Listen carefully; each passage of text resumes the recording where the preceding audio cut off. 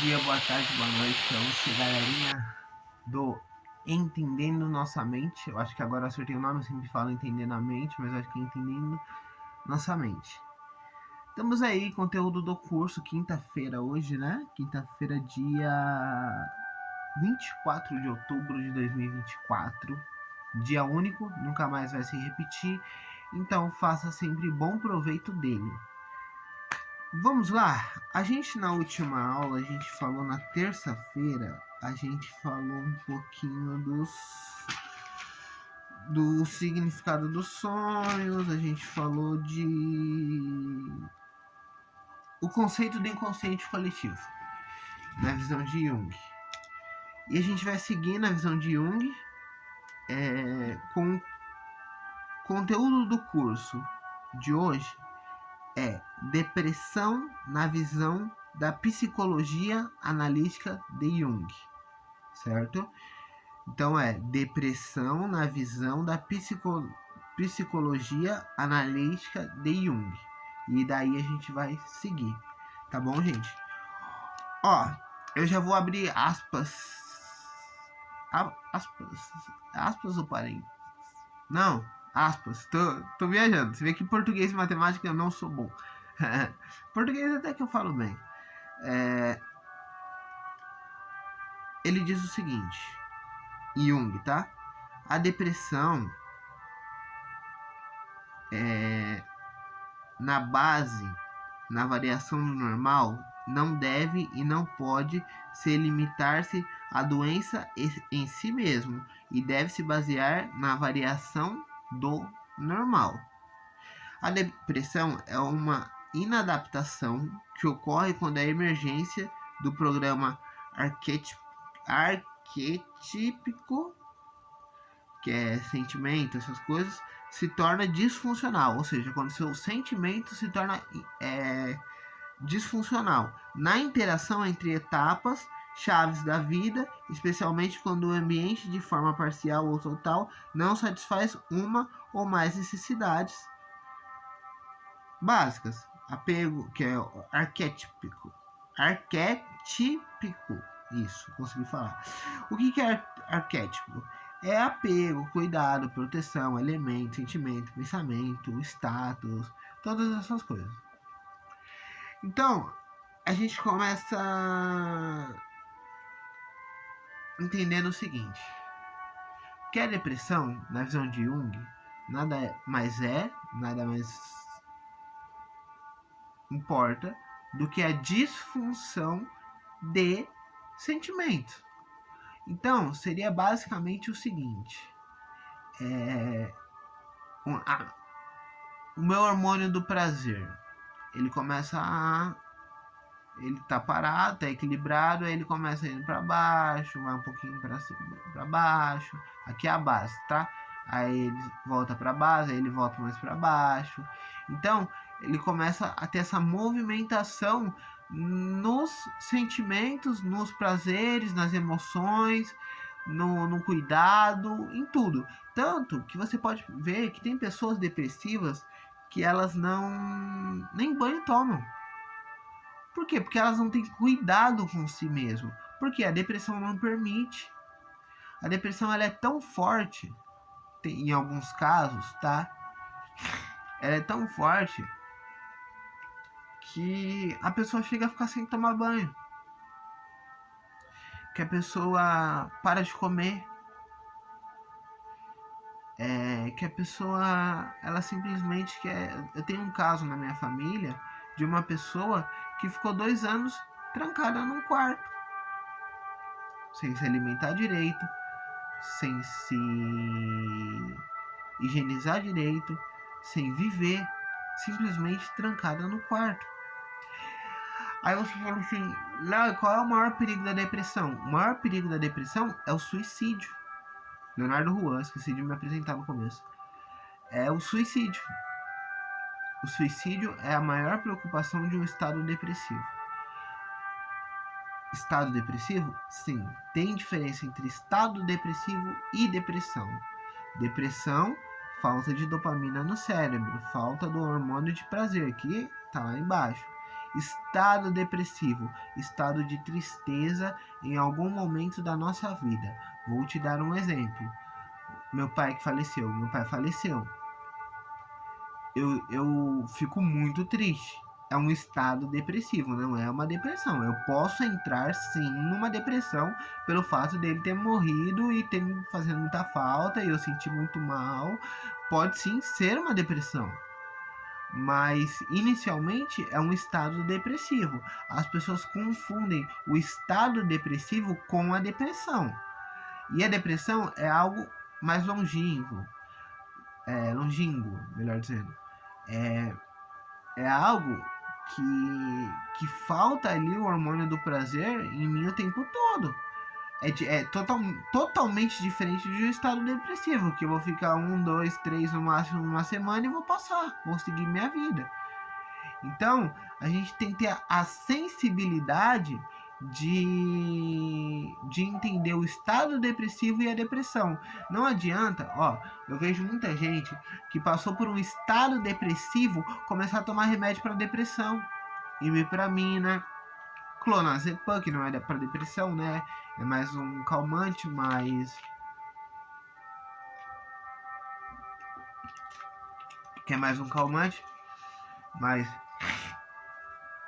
ele ameniza todos os sentimentos. Ele te dá até um sentimento de prazer. O clona, o diazepam. E eu vejo fluoxetina, por exemplo, também. Eu vejo pessoas entrando em medicações muito fortes por um estado depressivo, que é totalmente errôneo. Gente, hoje,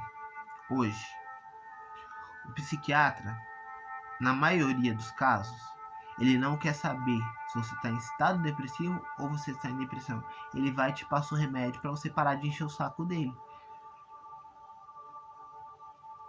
Tem exceções? Muitas exceções.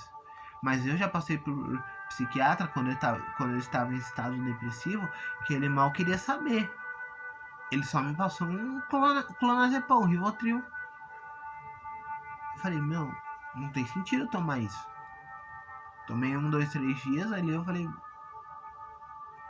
nada a ver. Então, vamos tomar cuidado com isso.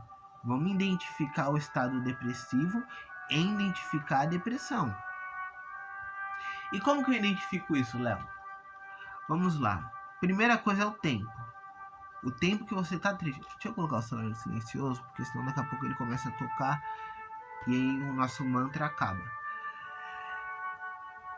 É assim, eu vou ter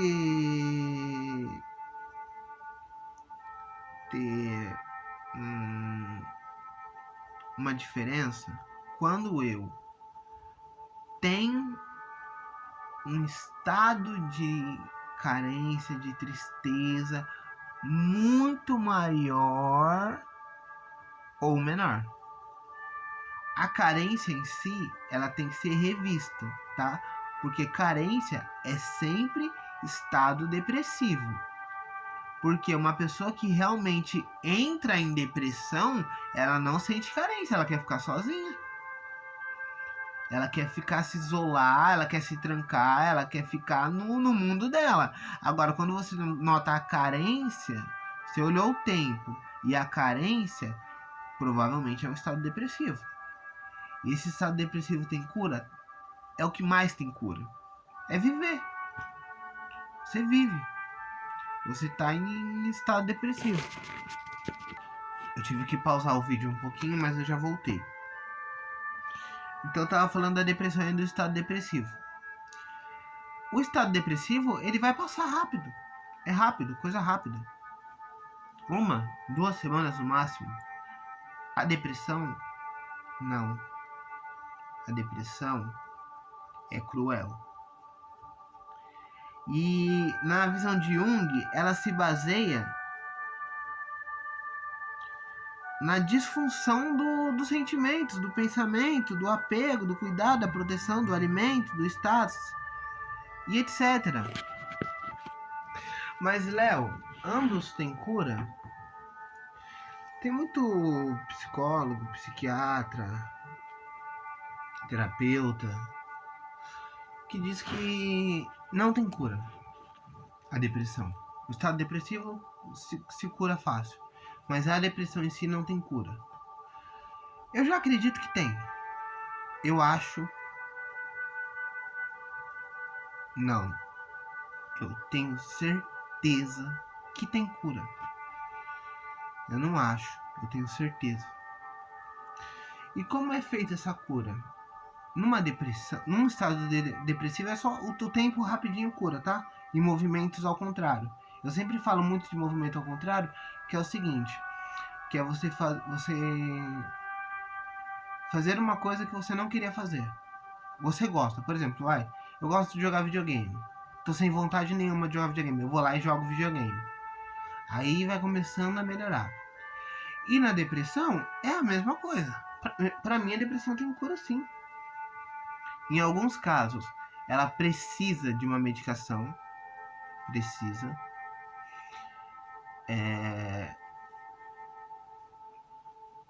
Em outros, nem sempre. Mas ela precisa de conversa. Ela precisa falar. Uma pessoa depressiva, ela guarda dentro de si milhões de coisas que ela queria colocar para fora, mas ela não consegue. Então, se você tem um parente, um amigo, um conhecido que tem depressão, chama ele e conversa com ele. Faz ele falar. No começo é o seguinte, ó. Eu vou começar a falar com uma pessoa depressiva, aí a pessoa vai falar, É isso. Ou às vezes ela não vai nem querer me atender. Mas agora você estimulando, lembra dos estímulos? Você estimulando, você falando, você estimula a pessoa também a falar. E qual o tipo de fala que eu tenho que fazer, Léo? Perguntas. Se eu ficar aqui te contando uma história, por exemplo, uma história que eu sei da Bíblia, você vai ficar ouvindo. Agora, se eu começo a te questionar, eu começo a te fazer perguntas que você tem que que você tem que ser reativo, que você tem que responder. Já muda. Aquela pessoa que já não falava, ela passa a falar. Ela passa a ter que falar. E tendo que falar, ela começa a colocar para fora aquilo que estava guardado lá dentro. Então, essa disfunção que Jung fala de pensamento, de diversas coisas, sentimentos, a gente consegue curar falando. A gente consegue fazer a pessoa reagir a nós como se estivesse tudo bem. E aí, deixa eu só ver aqui se tem mais conteúdo para hoje sobre isso.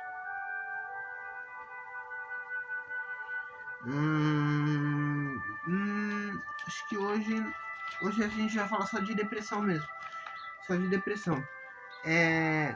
Então,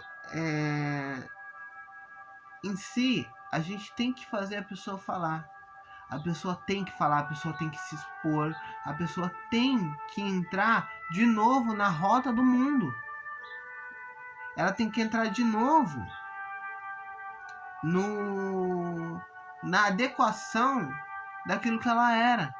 Ela tem que se adequar novamente ao que ela era. Porque quando você entra em depressão, você entra num estado chamado... Ai, caramba, esqueci. Psicodesadaptação. O que é psicodeadaptação? É quando o seu psico desabita de alguma coisa. Então você vai fazer o quê? O movimento da psicoadaptação. Você vai fazer o seu cérebro, você vai fazer o cérebro da pessoa, ou o seu, a voltar a se adequar àquilo que ele era. Se você era uma pessoa falante e hoje você é uma pessoa muito calada, é porque a psicoadaptação invadiu seu cérebro. Agora, se você começar a fazer um movimento ao contrário, agora já não é mais psicodesadaptação, é psicoadaptação. Você adapta seu cérebro a fazer o que ele costumava fazer. E muita gente sempre foi muito feliz antes da depressão. E chega a depressão estraga tudo. Então, a gente tem que pensar isso. A gente tem que fazer isso conosco, com pessoas depressivas e com pessoas que até que estão só em um momento depressivo. Porque um momento depressivo, gente, ele também é perigoso, tá? Eu coloquei ele aqui como um menor problema, mas ele é perigoso.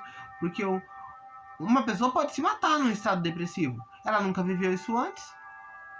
Aquela dor pode ser tão grande, a gente não tem como medir a dor da pessoa. A dor de uma perda, a dor de algo assim, mais forte. A gente não tem como medir isso. E sabe, tipo assim, 80% é nível de risco. Não tem 0 a 100%, gente. É simples, é prático, é visível. É visível. Léo, qual é o primeiro sintoma de um estado depressivo? É a pessoa ficar mais quieta. A pessoa ficar mais quieta. A pessoa falar pouco.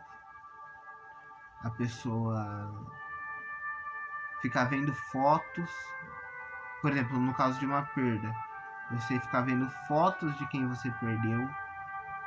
Outro, também, lendo e escrevendo carta para as pessoas que já faleceram. Isso é indicado pela psicologia? É super indicado para despedida.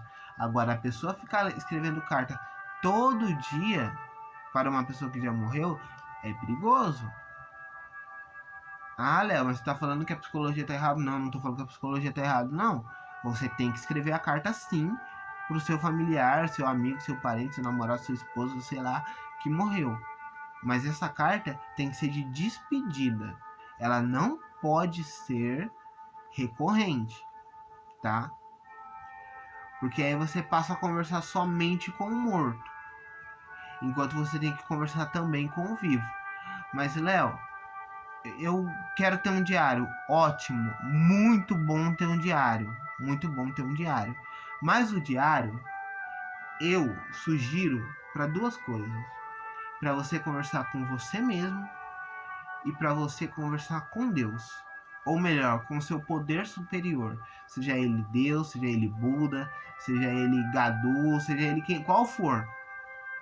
Zé Pilintra, qualquer um. Mas você tem que conversar com o seu poder superior e também você. Porque se você ficar escrevendo, peraí, deixa eu tomar um pouquinho de água.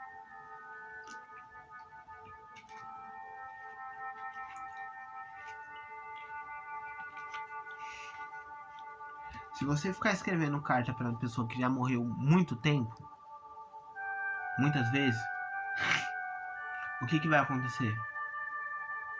O seu psico vai entender que aquela pessoa ainda está viva, ainda está te vendo, ainda está te ouvindo.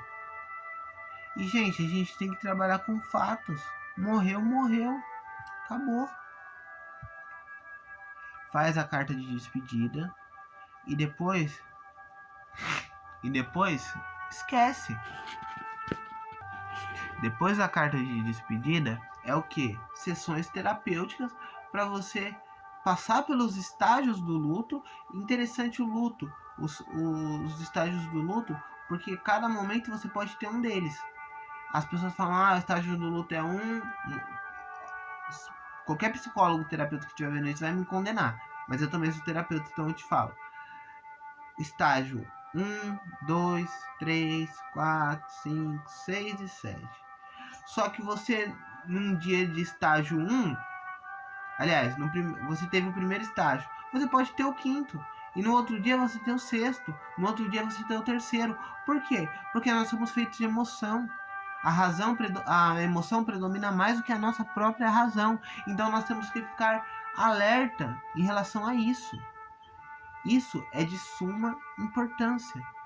Gente, quando eu falo de suma importância, é de suma importância mesmo. Você tem que fazer terapia, entender os estágios do luto. Por que, Léo, tem que entender os estágios do luto? Porque é o seguinte, ó, eu entendi os estágios do luto. O que eu vou fazer agora? Quando eu tiver o estágio 1 do luto, eu já sei como eu vou vencer. Aí, eu tô vivendo o 5º estágio do luto. Eu já sei como eu vou proceder nesse estágio. Então, a doença vem, você já sabe o remédio. Por isso que você precisa entender todos os estágios do luto e viver um por vez.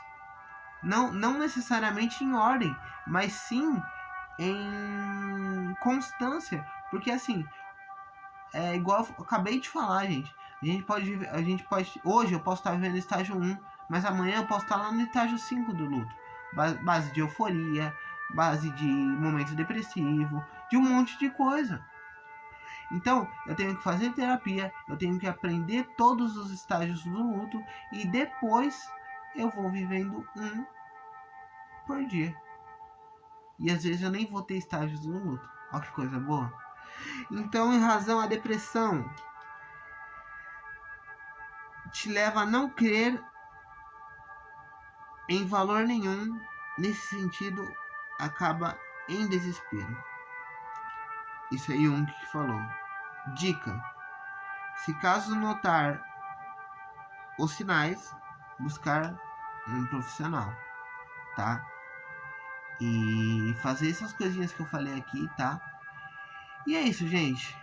Qualquer coisa, ó, número tá aqui na descrição, grupo no WhatsApp, curso de forma gratuita, você só paga o certificado e muito bem explicado por mim, por sinal. Tô brincando, gente. Então, é isso. É isso. O grupo tá no... O telefone tá no WhatsApp, se precisar de uma consulta individual, coletiva, quer entrar no grupo do WhatsApp lá, onde tem pessoas igual a mim, igual a você, que tem problemas psicológicos, depressão, ansiedade, síndrome do pânico, de qualquer tipo de coisa. Gente, tô à disposição, tá? Meu número tá aí na descrição com o código 11, que eu sou de São Paulo. E um beijo pra vocês, fiquem com Deus. Até amanhã.